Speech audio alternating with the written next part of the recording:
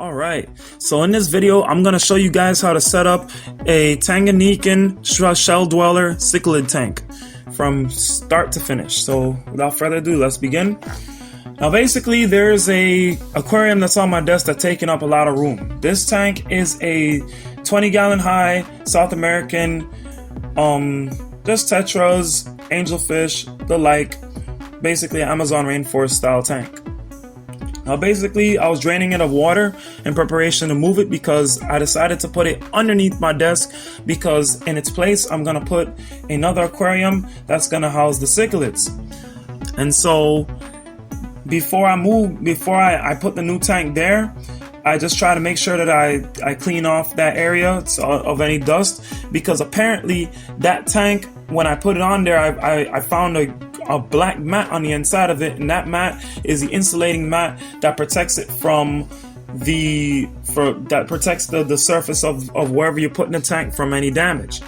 And so this tank also comes with a glass hood. If you buy one and you don't see it with a glass hood, please let your aquarium store know immediately so that they can give you one or give you another tank. Now basically, this tank is 35 gallons and it's in a cube shape and it is rimless, so that means that it doesn't include any plastic rims. And now basically, some of the things that you need to do in order to set up a Shelldweller tank is, first of all, you need a tank with a decent amount of surface area, meaning you want an area that's wide, broad, and a place that you can put shells.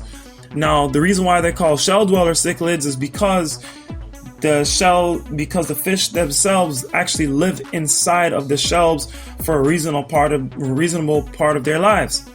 And when setting up a tank like this, it's important to note that the shells are very big. So the time that it takes for individuals to move in and the size that these fish get is gonna be a factor in determining the size of shells that you get.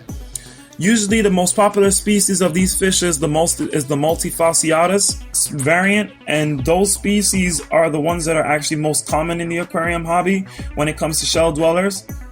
Now, at the time of this video, the tank is set up with endlers, like those small fish that you see are endler guppies.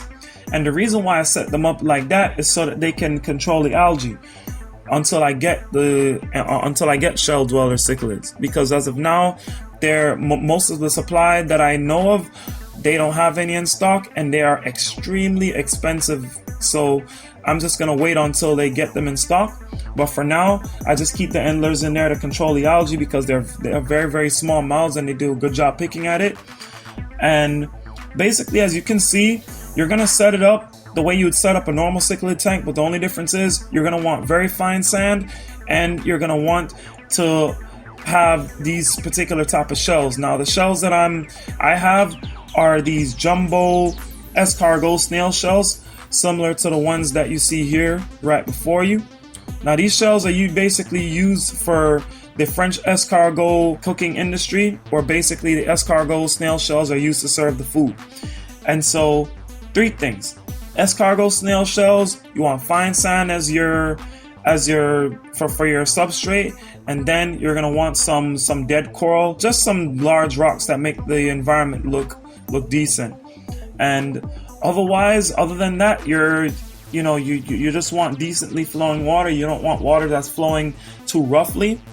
You want water that's in between, that has a moderate flow. So if you're running a filter, you're running a jet, but run it with low settings and try not to disturb the sand too much, because fine sand causes the intake of your filter to get clogged, and it can damage your impeller as well. So take note of that.